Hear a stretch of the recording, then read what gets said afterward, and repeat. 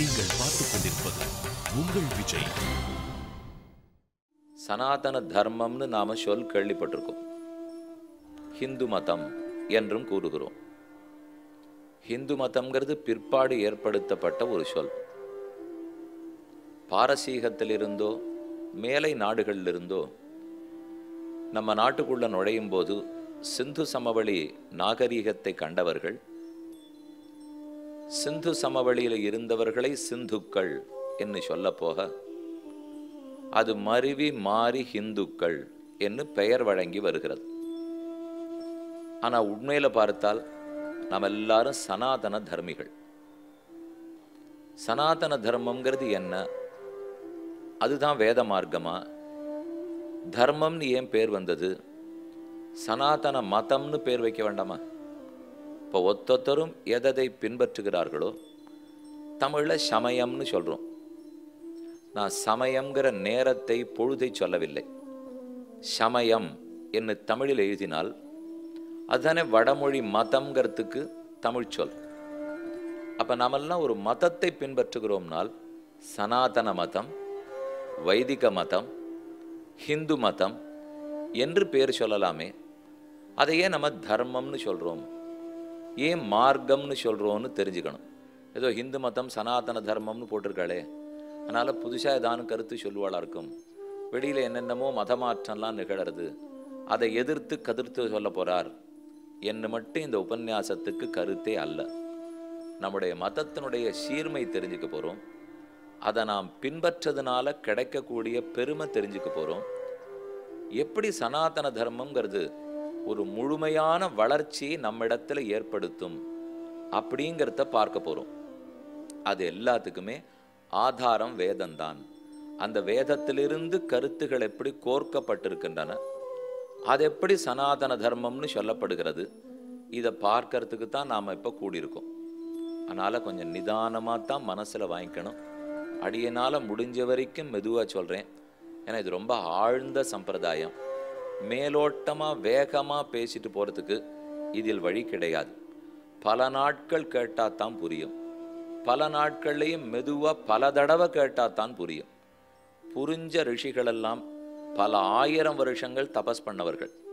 இந்த மதம் இப்படிப்பட்டது, இந்த தர்மத்தை இப்படித்தான் நாம் பின்பற்றணும்னு எழுதி வச்சுட்டு போன வேதவியாசரோ, வால்மீகியோ, வசிஷ்டரோ, சுகாச்சாரியரோ, பரத்வாஜரோ, வைசம்பாயனரோ, ஜெய்மினியோ, பைலரோ, யாக்ஞவல்யரோ, வைசம்பாயனரோ, எப்பேற்பட்டவராக இருந்தாலும் 1000 கணக்கு, 10,000 கணக்கு, 50,000 கணக்கு அவ்வளவு தூரம் தபஸ் பண்ணி பண்ணி இந்த சாஸ்திரத்தை எழுதி வச்சிருப்பாள்னால் நம்மால் சுலபத்தில் அது 2-3 மணி நாடியெல்லாம் தெரிஞ்சுவிட முடியாது.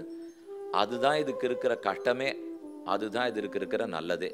இந்த சனாதன தர்மத்துக்கே பெருமை என்னன்னால் ஆழ்ந்த கருத்துகள் கொண்டதாக இருக்கும். எத்தனை 1000 வருஷத்தில் எத்தனை பேர் என்னென்ன கேள்வி எழுப்பினாலும் லோகத்தில் எத்தனை பேருக்கு புத்தி இருக்கு, எத்தனை கோடி ஜீவர்கள் இருக்கா, அத்தனை பேரும் எத்தனை ஆயிரக்கணக்கான வருஷங்கள், லட்சக்கணக்கான வருஷம் வாழறோம். இத்தனை வருஷங்கள் வாழ்ந்தாலும் அவர்கள் புத்தியில் என்னென்ன கேள்விகள்லாம் எழ முடியுமோ அனைத்துக்கும் சேர்த்து அனாதியான சாஸ்திரம் பதில் சொல்கிறது இல்லையோ. அப்படின்னா எவ்வளவு ஆழ்ந்து இருக்கும். அந்த ஆழ்ந்ததை நாம் புரிஞ்சுக்கணும்னால் கொஞ்சம் மெதுவாக திரும்ப திரும்ப அசை போட்டால் தான் புரிஞ்சுக்க முடியும்.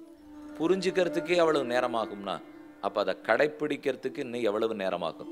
அப்போ என்ன ரொம்ப கஷ்டம், பண்ண முடியாதுன்னு சொல்கிறான்னால் அதை சொல்கிறதுக்காக இந்த இடத்துல வரவே இல்லை. இப்போ முடியாதுன்னு சொல்கிறதுக்கு யாருமே வேண்டாமே, அதான் நாமே விட்டுட்டோமே. முடியும்னு சொல்கிறதுக்கு தான் ஆள் வேணுமே தவிர முடியாதுங்கிறதுக்காக இத்தனை ரிஷிகள் அவதரித்தார்கள். நல்லா மனசில் கேட்டுப்போம். சந்தேகங்கள் இருந்தால் கேட்டு தெளிஞ்சுப்போம். நம்ம வாழ்ந்துட்டு இருக்கிறதே சனாதன தர்மத்தில் தான் வாழறோம். கொஞ்சம் இன்னும் சரிப்படுத்திக்க போகிறோம். சொல்றவரும் சரிப்படுத்திக்க போறார், கேட்கிறவரும் சரிப்படுத்திக்க போகிறோம். ஆனந்தமாக வாழ போகிறோம். இவ்வளவுதான் இதனுடைய அடிப்படையை தவிர இதை விட்டுட்டு இதனாலையா அதனாலையா, இந்த சண்டையா அந்த சண்டையா, அது தப்பா இது சரியா, எதையும் பேசுவது நமக்கு இங்கே வியாபாரமே இல்லை. இப்போ சனாதன வேத மார்க்கம்னு சொல்கிறோமே, மார்க்கம் என்ன, வேத மார்க்கம் என்ன? நாம் எதுக்கு ஏதோ ஒரு நூலை, என்னைக்கோ எழுதப்பட்ட நூலை பற்றி இப்போ நாம் தெரிஞ்சுக்கணுமா? முதல்ல அந்த வேதங்களுடைய பெருமையை பற்றி, அதை நாம் தெரிஞ்சுக்க வேண்டிய தேவை ஏன் ஏற்படுறதுன்னு முதல்ல சொல்கிறேன். அப்புறம் அதில் சொல்லப்பட்ட சனாதன மார்க்கத்தை பற்றி என்னன்னு பார்ப்போம். ஏன்னா ஒரு புஸ்தகத்தில் ஒரு நல்ல கருத்து இருக்குன்னா நான் புஸ்தகத்தை நல்லதுன்னு ஏத்துண்டா தானே அதில் இருக்கிற கருத்தை ஏற்றுப்பேன். அந்த புத்தகமே சுமார்னு ஆயிடுத்துன்னா அப்போ அதில் இருக்கிற கருத்தை நான் ஏற்றுக்க போறேன்னா, வேதம்ங்கிற புத்தகத்துக்கு அப்படி என்ன பெருமை இருக்கு? என்ன பெருமையானால் அனாதி காலமாக உள்ளது, முடிவற்றதாக உள்ளது, அபௌருஷேயமாக உள்ளது. ஒரு மனிதனுடைய வாக்காலே அது ஏற்படப்பட்டது அல்ல. நாம மற்ற எந்த மத்தத்தில் தேடி பார்த்தாலும் இன்ன தேதியில் அவர்களுடைய வேதம் பிறந்தது, இன்னார் அதை உபதேசித்தார்கள் என்று இருந்துடும். ஆனா இந்த சனாதன வேதங்களுக்கு பெருமையே ஆதி காலமாய் அனாதி காலமாய் உள்ளது. மற்ற எந்த மதத்தை எடுத்துட்டாலும் அது ஒருத்தருடைய அனுபவமாக இருக்கும். இப்ப புத்த மதத்தை எடுத்துங்க, புத்தர் ஒருத்தர், அவர் அனுபவித்தார், அவர் அதை எழுதினார். அவருக்கு முன்னாடின்னு பார்த்தோம்னால் அதை பத்தி ஒன்றும் ஆச்சாரிய பரம்பரை குரு பரம்பரைங்கிறது கிடையாது. அதை போல மகாவீரர் ஜெயினர், அவருடைய அனுபவம் அதை அவர் மதமாக வடித்து வைத்தார். அதை போலத்தான் லோகத்துல அநேக மதங்கள் இருக்கும். ஆனா சனாதன மதம் சனாதன தர்மம்னு பார்த்தால் இது ஒருத்தருடைய மதமே அல்ல. அதை நன்கு நாம புரிஞ்சுக்கணும். யாரோ ஒருத்தர் இன்ன தேதியை அதை நன்னா அனுபவிச்சுட்டு நான் எழுதி வச்சிருக்கேன் படிங்கோ என்று சொன்ன மதமே அல்ல. பலரும் கூடி கூடி இந்த மதத்தை வளர்த்திருக்கிறார்களே தவிர ஒருத்தராவது இந்த மதத்தை கண்டுபிடித்தது கிடையாது. இந்த மதத்துக்கு சனாதன தர்மத்துக்கு தேதியும் கிடையாது. ஏன் கிடையாதுன்னால் இது சொல்லப்பட்டிருப்பது வேதங்களில். அந்த வேதங்கள் அனாதி. எப்ப வேதம் அனாதியா இருக்கிறதோ அப்ப அதுல சொல்லப்பட்ட சனாதன தர்மமும் சனாதனமான அனாதியான தர்மமாத்தானே இருக்கும். வேதம் அனாதியா இருக்கு, ஒருத்தரால சொல்லப்படலேன்னு சொல்றோமே, அப்படின்னா அது எத்தனை நாளா இருக்கும்? ரிக்வேதம் சுமாரா 7000 வருஷங்கள் உள்ளது. பல புத்தகங்கள், அதுவும் சனாதன தர்மத்தை பத்தி எழுதப்பட்ட புஸ்தகங்களையே படிச்சு பார்த்தீங்கன்னா கூட இவர்களே எழுதி வச்சிருக்கிறது, மற்ற மதஸ்தர்கள் எழுதியிருக்கிறது இல்லை. சனாதன தர்மத்தை சேர்ந்தவா, ஹிந்து மதத்தை சேர்ந்தவா எழுதினதே ரிக்வேதம் தான் முதல் வேதம். 4 வேதங்களுக்குள் அது முதல்ல தோன்றித்து, 7000 வருஷம் பழையது என்று ஆராய்ச்சியாளர்கள் கருத்து. அப்புறம் யஜுர்வேதம், சாமவேதம், அதர்வண வேதம் என்ன அடுத்தடுத்து தோன்றித்துன்னு சொன்னால் அப்ப என்னவா சனாதன தர்மத்தின் அடிப்படை புரிஞ்சுக்கலேன்னு அர்த்தம். அதை சங்கரரோ ராமானுஜரோ மத்வாச்சாரியரோ வல்லபாச்சாரியரோ சைத்தன்யரோ நிம்பார்க்கரோ ராமானந்தரோ இவர்கள் யாரும் ஏற்றுக்கொள்ள மாட்டார்கள். நம்முடைய பண்டைய ஆச்சாரியர்கள் இருக்காளோ இல்லையோ, அந்த ஆச்சாரியர்கள் அனைவரும் ஒத்துக்கொண்டது வேதங்கள் அனாதி, வேதங்கள் அபௌருஷேயங்கள். 2 முக்கியம். ஒரு புருஷனுடைய வாக்கால் அவை பிறந்தவை அல்ல. ஆரோ ஒருத்தர் சொன்னார்னாலே அப்ப அதுல எத்தனை குறை வந்துடும் தெரியுமா? எங்க உட்காண்டிருக்கோமோ அதுக்கு தகுந்த மாதிரி தான் சொல்ல முடியும். எனக்கு என்ன தெரியுமோ அவ்வளவுதான் சொல்ல முடியும். அப்ப இத்தனை குற்றங்கள் ஒரு மனிதனுடைய பேச்சில் வந்துடுறது இல்லையோ. அப்ப யாருக்கு பேசுறோம், எங்க பேசுறோம், எவ்வளவு நேரம் பேசணும், எப்படி பேசினா யாருக்கு பிடிக்கும், எம்புத்தி, நமக்கு இருக்கிற மறதி ஞாபகம் எல்லாம் இன்னைக்கு இங்க வந்திருக்கிற சமயத்துக்கு என் மனசு குளிர்ந்திருக்கோ இல்லை எங்கேயானு சண்டை போட்டு வந்திருக்கேனோ இத்தனையும் பொறுத்து தான் என்னுடைய பேச்சு இருக்க போறதே தவிர இது என்னது இல்லை. எப்பேற்பட்டவர் பேசினாலும் இந்த குற்றங்கள் குறைகள் இருக்கும். இன்னொன்னு, அவர் என்ன நினைக்கிறாரோ அதை திசை திருப்ப பார்ப்பார். தான் ஒரு விஷயத்தை புரிஞ்சு வச்சிருந்தால் அதுக்கு தகுந்தாப்புல மற்ற பேர் ஏத்துக்கிறாளா பார்க்கணுமோ இல்லையோ. இந்த குறைகளெல்லாம் இல்லாத இருக்கணும்னால் அப்ப வேதங்கள் ஒரு மனிதனால் பேசப்பட்டிருக்க கூடாது. தெய்வங்களும் பேசியிருக்க கூடாது, மனிதர்களும் பேசியிருக்க கூடாது, இந்திரன் சந்திரன் பேசியிருக்க கூடாதான்னா அவர்களுக்கும் எத்தனையோ குத்தங்குறைகள் இருக்கு. இந்திரன் என்ன தப்பு பண்ணார் நாம் தெரியாதா? அவர் மகாபலியினிடத்துல தோற்றோடினது தெரியாதா? சந்திரனுக்கே க்ஷயரோகம் வந்துடுத்துன்னு நமக்கு தெரியாதா? சூரியனை கிரகணம் பீடிக்கிறதுன்னு தெரியாதா? அப்ப தேவதைகள் கூட பேசியிருக்க கூடாது. ஏன்னா அவர்களுக்கும் குற்றம் இருக்கிறதோ இல்லையோ. எப்ப குற்றம் உள்ளவர்களாக ஜீவாத்மாக்கள் அனைவரும் உள்ளார்களோ அவர்கள் பேசினா அந்த பேச்சு குற்றத்தோட தான் இருக்கும். ஆகவே முதல்ல அனாதிங்கிறது பெருமை, காலம் கிடையாது, தேதி கிடையாது அப்படின்னு ஒருத்தர் அதை கண்டுபிடிச்சு சொன்னதும் கிடையாது. அப்போ ஒரு விஷயம், அந்த வேதத்திலேயே கூட இன்னார் சொன்னார், இன்னார் தான் அதை எழுதி வைத்தாருங்கிறது இல்லையே. ஆனா மற்ற எதை எடுத்துக்கொண்டாலும் இன்னார் கூறியது, இன்னாருடைய உபதேசம் என்று இருக்கிறது இல்லையோ. அப்ப வேதம்னா அனாதி அபௌருஷேயம், ஒருத்தரத்தை பேசினது கிடையாது. நீங்கள் பார்த்துக் கொண்டிருப்பது உங்கள் விஜய். ஒருத்தர் பேசினது இல்லைன்னால் உடனே உங்களுக்கு ஒரு சந்தேகம் வரும். சுவாமி, வேதத்திலையும் உபனிஷத்திலையும் நிறைய பேருடைய பேர் வருதே, இப்படி யாக்ஞவல்கர் சொன்னார், இப்படி கார்கி பேசினாள், இப்படி காத்யாயனி பேசினாள், இது ஸ்வேதகேதுவின் பேச்சு, இது உத்தாலகரின் பேச்சு. எல்லாம் நீங்களும் நிறைய கேள்விப்பட்டிருக்கீங்களோ. சாந்தோக்கிய உபனிஷத்து இப்படி சொல்றது, பிருகதாரண்யக உபனிஷத்து அப்படி சொல்றது. அப்ப அதுல எல்லாம் மனுஷர்கள் பேர் வருதே, ரிஷிகளுடைய பேரெல்லாம் வருதே. அப்படின்னா அந்த ரிஷிகளுடைய நிகழ்வுக்கு, அவர்கள் பிறப்பு வாழ்க்கைக்கு அப்புறம்தானே இந்த வேதம் உருவாயிருக்கணும். ஒரு நிகழ்ச்சியை பத்தி ஒரு புஸ்தகத்துல எழுதப்பட்டிருக்குனால் அப்ப அந்த புத்தகம் அந்த நிகழ்வு ஆண்டுக்கு பிற்பாடு தானே அது பதிப்பிக்கப்பட்டிருக்கணும், எழுதப்பட்டிருக்கணும். அப்படின்னா இப்ப ஸ்வேதகேதுவுக்கு பின்னாடி, உத்தாலகருக்கு பின்னாடி அப்படித்தானே வேதங்கள் பிறந்திருக்கணும். நியாயமான சந்தேகம். இது எனக்கும் வரும், உங்களுக்கும் வரும். ஆனா இந்த சந்தேகத்துக்கு ஆச்சரியமான பதில். பொதுவா உலகத்துல நடக்கிறத ஒண்ணு சொல்றேன், அதை வச்சுட்டு இதுக்கு இருக்கிற பதில நாம தெரிஞ்சு விடலாம். ஏன்னா இப்ப நாம பார்க்க போற ஒரு நாளும், எடுத்துட்டு இருக்க போற ஒரு விஷயத்துக்கும் ஏதோ லௌகிக உதாரணத்தை கொண்டு தான் புரிஞ்சுக்கணும். ஏன்னா வேதத்தில் அனைத்துமே நம்ம இந்திரியங்களுக்கு அப்பாற்பட்ட விஷயங்களை பத்தி பேசுறது. அதனால சட்டுன்னு நம்மால புரிஞ்சுடுறதுக்கு முடியாது. அப்படி புரிஞ்சுக்கிறதுக்கு அறிவியலுக்கு போகணும். அதுக்கு மேல வேதத்துக்கு வந்ததே அங்க புரியாத விஷயங்களை பத்தி தெரிஞ்சுக்கிறதுக்கு தானே. எப்ப கண்ணுக்கு தெரியாதது, காதால கேட்க முடியாதது, கையால தொட முடியாததை பத்தி பேச போறோமோ அப்ப இன்னும் ஜாக்கிரதையா இருக்கணும் இல்லையா. மெதுவா கொஞ்சம் கொஞ்சமா குழந்தை அடி எடுத்து வச்சால்தான் நம்மால் அதை புரிஞ்சுக்கிறதுக்கே முடியும். இப்போ வேதங்கள் மரத்தை பத்தி பேசுகின்றன. விருக்ஷ இவ ஸ்தப்த திஷ்டதி, விருக்ஷம் மரத்தை போலே அதோ ஆகாயத்தில் ஒருத்தன் இருக்கிறான். புருஷேன, அந்த புருஷனால் இந்த ஜகத்து முழுக்க வியாபிக்கப்பட்டிருக்கிறது. விருக்ஷ இவ திவி திஷ்டதி, ஸ்தப்த திவி திஷ்டதி, ஆகாசத்தில் எங்கோ இருக்கக்கூடியவன் இருக்கிறான், மரத்தை போல் உறுதியாக இருக்கிறார், அவரால் இந்த உலகம் அனைத்தும் வியாபிக்கப்பட்டிருக்கிறது என்று வேதத்திலே ஒரு வாக்கியம். இது தைத்திரியத்திலே, நாராயணத்திலே, உபனிஷத்துல ஒரு வாக்கியம் இருக்கு. இப்ப மரத்தை போல ஒருத்தர் இருக்கிறான்னு மரம்ங்கிற சொல்லு வந்ததே. நாம இப்ப இங்க மண்டபத்துக்குள்ள வரைச்ச கூட வாசல்ல மரம் பார்த்தோம் இல்லையோ. அப்ப இந்த மரத்தை வேதம் சொன்னதா வைத்துக்கொண்டு இந்த மரம் என்னைக்கு உருவாச்சு, இந்த மண்டபம் உருவான அன்னைக்கு வச்சிருப்பா. அப்ப அந்த மரத்தை நட்ட விழா நடத்தினதுக்கு அப்புறம் வேதம் வந்ததுன்னு நம்ம சொல்லலாமா? ஒரு மரத்தை பத்தி வேதம் பேசி எடுத்துப்போ மரம்ங்கிற உதாரணத்தை எடுத்திருக்கு. அப்ப நான் வாசல்ல ஒரு மரத்தை பார்த்துட்டு வந்தேன், அந்த மரம் பிறந்த தேதிக்கு அப்புறம்தான் நான் சொல்ல முடியுமானால் இல்ல, அப்படி சொல்ல முடியாது சுவாமி. வேத காலத்துல இருந்த மரத்தை நீங்க எடுத்துக்கணும், இப்ப இருக்கிற மரத்தை எடுத்துக்க கூடாது. இந்த மரம் இன்னைக்கு, இதுக்கு முன்னாடி மரம் இருந்திருக்குமே, அதுக்கு முன் யுகத்துல மரம் இருந்திருக்குமே, முன் பிரளயத்துக்கு முன்னாடியும் மரம் இருந்திருக்குமே, எப்போதும் மரம் இருந்திருக்கும் இல்லையா. அப்ப மரம்ங்கிறது அனித்தியம், ஆனா பிரவாகத்தோ நித்தியம். இதை நன்கு புரிஞ்சுக்கணும். மரம்ங்கிறது அனித்தியம், நாமளே வெட்டியிருக்கோம், நாமளே விதைச்சிருக்கோம். மரம் அனித்தியம் நமக்கு தெரியும், அது எப்போதும் இருக்கிறது அல்ல. ஆனா அதே சமயம் மரம்ங்கிற ஜாதியே அனித்தியமா, எப்பவுமே இருந்தது இல்லையா. மரம் எப்பவுமே இருந்திருக்கு, இந்த மரம் எப்போதும் இல்லை என்று தானே நம்ம மனசுல வாங்கிக்கிறோம். அதே போல யாக்ஞவல்கியர்னு சொன்னாலோ, வசிஷ்டர்னு சொன்னாலோ, வேதவியாசர்னு சொன்னாலோ அது ஒரு பட்டம். அந்த பட்டத்தில் ஓரொரு ஜீவாத்மா எப்போதும் இருந்து கொண்டே இருப்பார். இப்ப இருக்கிற யுகம், இப்ப நாம 4 யுகத்துல இருக்கோம் இல்லையா. நித்தியம் சங்கல்பம் பண்ணிக்கொள்ள செய்தேவே.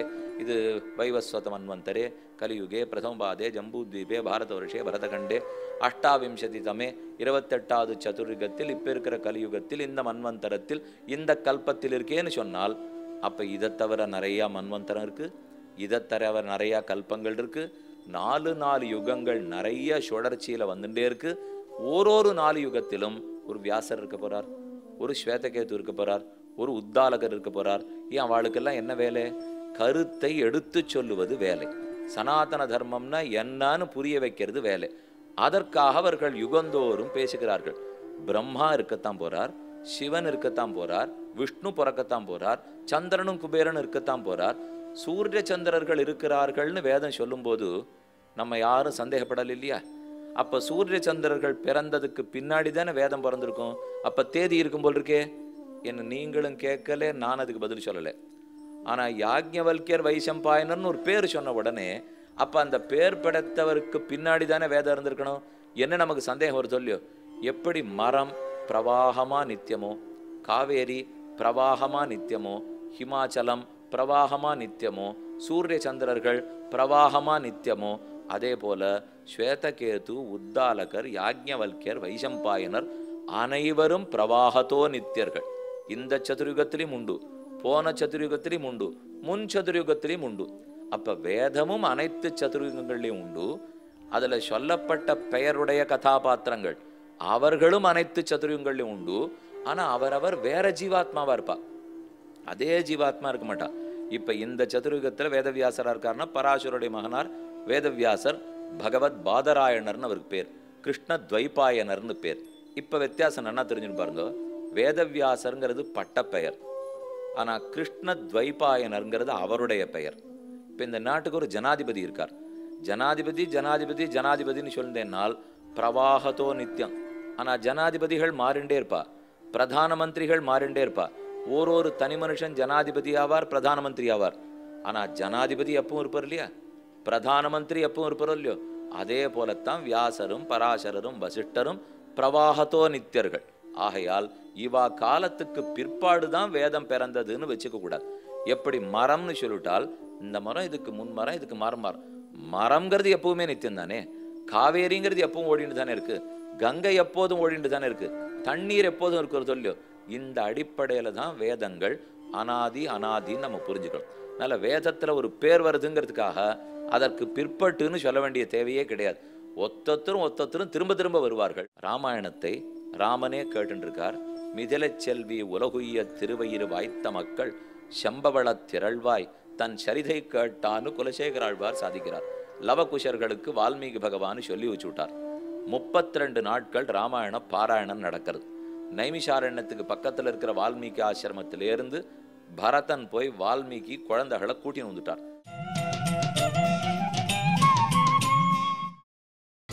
நீங்கள் பார்த்துக் கொண்டிருப்பது உங்கள் விஜய். லவகுஷர்கள் ராமன் முன்னாடி பாடுறா. ராமராவண யுத்தம் முடிந்து ராமன் திரும்ப நாட்டுக்கு வந்து ராஜ்யத்தாழ்ற வரைக்கும் கதை சொல்லிண்டே இருக்கா. ரொம்ப நன்னா கேட்டு இருக்கார். ஆனா 32 நாள் கதை சொல்ல போறார்னால் அப்ப இந்த சரித்திரம் எப்ப வரணும்? கிட்டத்தட்ட 30வது நாள் கிட்ட தானே வரணும். இப்ப அடிய ராமாயண உபன்யாசம் 9 நாள் சொல்லுங்கன்னு சொன்னா விபீஷண சரணாகதி எப்ப வரும்? 2ஆம் நாள் நான் சொன்னா உங்களுக்கு எல்லாம் இன்னமும் தோணாது, இவருக்கு என்ன ஆச்சு? இப்போ விபீஷண சரணாகதி ஒரு 8ஆம் நாள்னா சொல்லணும். அடுத்த நாள் தானே ராமபட்டாபிஷேகம். இவர் 2ஆம் நாள் சீதா கல்யாணம்னா சொல்லணும் நாள். அப்ப அதுக்கப்புறம் நிறைய இருக்குன்னு உங்க மனசுக்கு தோணிப்படுறது இல்லையோ. அதே போல குழந்தைகள் 30ஆம் நாள் தானே சொல்லியிருக்கணும். பாதி நாளே தாண்டலே சொல்லிட்டா. ராமபட்டாபிஷேகம் ஆயிடுத்துன்னு உடனே ராமனுக்கு ரொம்ப ஆச்சரியம். இப்பதானே பாதி நாள் ஆயிருக்கு, நீங்க 32 நாள் சொல்றதா சொன்னீங்களேன்னா இன்னும் நிறைய கதை இருக்கிறாமா, அதெல்லாத்தையும் நாங்க சொல்லலையேனால் ராமன் பட்டாபிஷேகத்துக்கு பிற்பாடு இப்ப கேட்டு இருக்காரே ராமாயணம், இந்த தேதிக்கும் பிற்பாடு என்ன நடக்க போறதுங்கிறத ஒரு சர்க்கமா உத்தரகாண்டத்துல வருது. ராமன் வெள்ளை வேட்டி உடுத்துண்டு தர்பத்தை கையில் எடுத்துட்டு சரையூ நதிக்கு போய் நதியில ராம்காட்டு குப்தார் காட்டுல இறங்கி எப்படி பரமதத்துக்கு போக போறான்னு குழந்தைகள் சொல்றா. லக்ஷ்மணனை எப்படி பிரிய நேரிட போறதுன்னு சொல்றா. காலதேவன் வந்து லக்ஷ்மணனை கொனுடுன்னு ராமனை சொல்றார் கடைசியிலே, அதையும் சொல்றார்கள். இத்தனை கதையும் ராமன் கேட்கிறார். அவருக்கு புரியவே இல்லை. குழந்தைகளே, உங்களுக்கு இதெல்லாம் யாரு சொல்லி கொடுத்தா? நான் இனிமே எப்படி வாழ போறேன்னு நீங்க என்னமா சொல்றீர்கள்னா? அப்ப குழந்தைகள் ஆச்சரியமா ராமனிடத்துல சொல்றா, எங்க ரிஷி திருக்காலமும் அறிந்தவர், அவருக்கு மேல நடக்க போறதும் தெரியும். கூட சொல்றா, முன்னால் நடந்தவர்களும் தெரியும். மேல நடக்க போறதும் தெரியும், முன்னால் நடந்தவர்கள் தெரியும்னால் அப்ப ராமாவதாரம் முன்னாடி நடந்திருக்குன்னு அர்த்தமா? மேல நடக்க போறது தெரியும்னா திருக்காலம் முடிஞ்சு போறது, அது போனா போறது. ஆனா முன்னால் நடந்தவைனால் இதே ராமாவதாரம் முன் சதுர்யுகத்துல உண்டே, இதே ராமாவதாரம் அதற்கு முன் சதுர்யுகத்துல உண்டே. அப்ப முன் சதுர்யுகத்துல நடந்து இருக்கிறதுனால் வால்மீகி ரிஷி கண்டு உணர்ந்திருக்கிறார்னு அர்த்தம். ஆஹா, அனைத்தும் நடக்கிறா போலே தான் நடக்கிறது. ஆனா நான் 2 கதை சொன்னதுலயும் வித்தியாசம் ஞாபகம் வச்சுங்கோ. ராமனாக ஒரு ஜீவாத்மா ஒரு சதுர்யுகத்துக்கு பிறக்க மாட்டார். யாக்ஞவல்யராகவோ வால்மீகியாகவோ வியாசராகவோ ஒரு ஜீவர் பிறப்பார் நான் சொல்லிட்டு இன்னொரு கதை சொன்னேன் பாருங்க. உடனே நம்ம புத்தி என்னன்னு அதை சேர்த்துனுடும்னா அப்ப ஒரு யுகத்திலையும் வெவ்வேறு ராமர் பிறப்பறப்போல் இருக்கு. எப்போவான ஒருவேளை அடுத்த யுகத்துல நான் கூட ராமனா பிறக்கலாமா அப்படிங்கிற கேள்வி பிறக்கலாம். அப்படி அல்ல. ராமனோ கண்ணனோ வராகனோ நரசிம்மனோ பகவான் தான் பிறக்க போறார். ஆனா அதை தவிர ரிஷிகள்லாம் இருக்கார்களேனால் அவர்கள் ஒத்தொத்தர் ஒரு ஜீவனும் பிறக்கிறார்கள். இதான் தாத்தா யதாபூர்வம் அகல்பயத்துன்னு உபனிஷத் சொல்றது.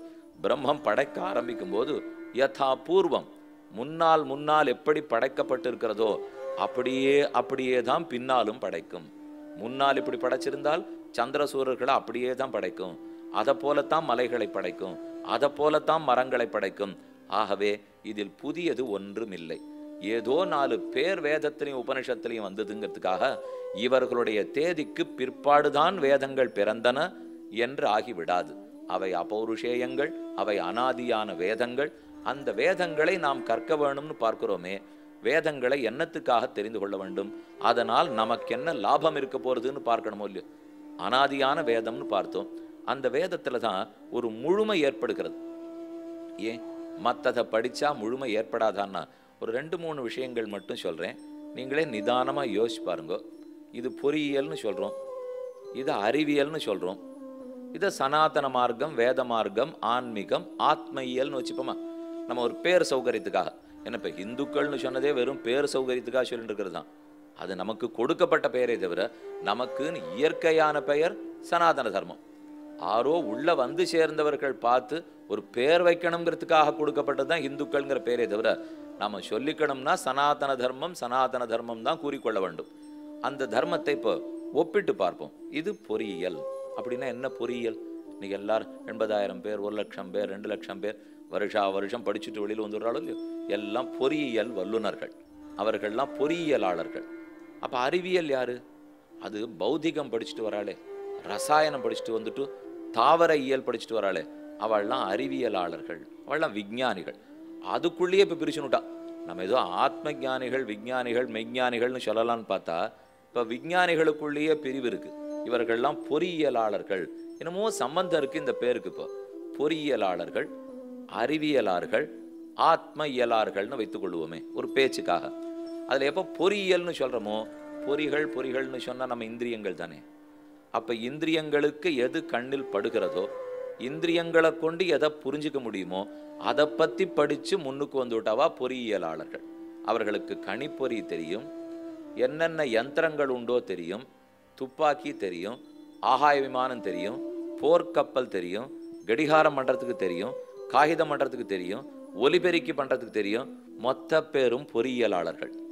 ஆனால் அவர்களுக்கு காற்றை பற்றியும் மண்ணை பற்றியும் உலோகத்தை பற்றியும் விண்ணை பற்றியும் எங்கெங்க அணுக்கள் இருக்குங்கிறத பற்றியும் கேட்டால் ஒரு ஒரு ஒரு வண்டி, 4 சக்கர வண்டி உற்பத்தி பண்ணுறவருக்கோ, ஒலிபெருக்கி உற்பத்தி பண்ணுறவருக்கோ அந்த யந்திரத்தில் மூலப்பொருளை கொடுக்கணும், கிடுக்கிடுன்னு ஓட்டணும், மக்கள் எல்லாரையும் சரியாக வேலை செய்கிறாளான்னு பார்க்கணும், அவளுக்கு சம்பளத்தை கொடுக்கணும், கடைசியில் பொருள் வெளியில் வந்துடணும். இதுதான் பொறியியலாளருக்கு தெரியும். அப்போ மொத்தமே பொறிகளுக்கு உட்பட்டதை பற்றி தான் அவர் தெரிஞ்சுக்கிறார். கண்ணால் மூலப்பொருளையும் பார்க்குறார், கையால் யந்திரத்தையும் தொடரார், வாயால் வேலைக்காரால் எப்படி வேலை செய்யணுங்கிறதையும் சொல்கிறார், மூக்கால் என்னென்னலாம் பண்ணிட்டு இருக்கா, வாசனை ஒழுங்காக இருக்கான்னு பார்த்துக்கிறார், மத்தியானமானா தானும் நாக்கால சாப்பிட்டுக்கிறார். இப்படி இருந்து தான் வாழ்க்கை அவர் ஓடிட்டு இருக்கு. அப்போ மொத்தமே பொறியியல் சம்பந்தப்பட்டதா போச்சே. பொறிகளுடைய இயல் தானே, இந்திரியங்களுடைய இயலோடு அது நின்னது.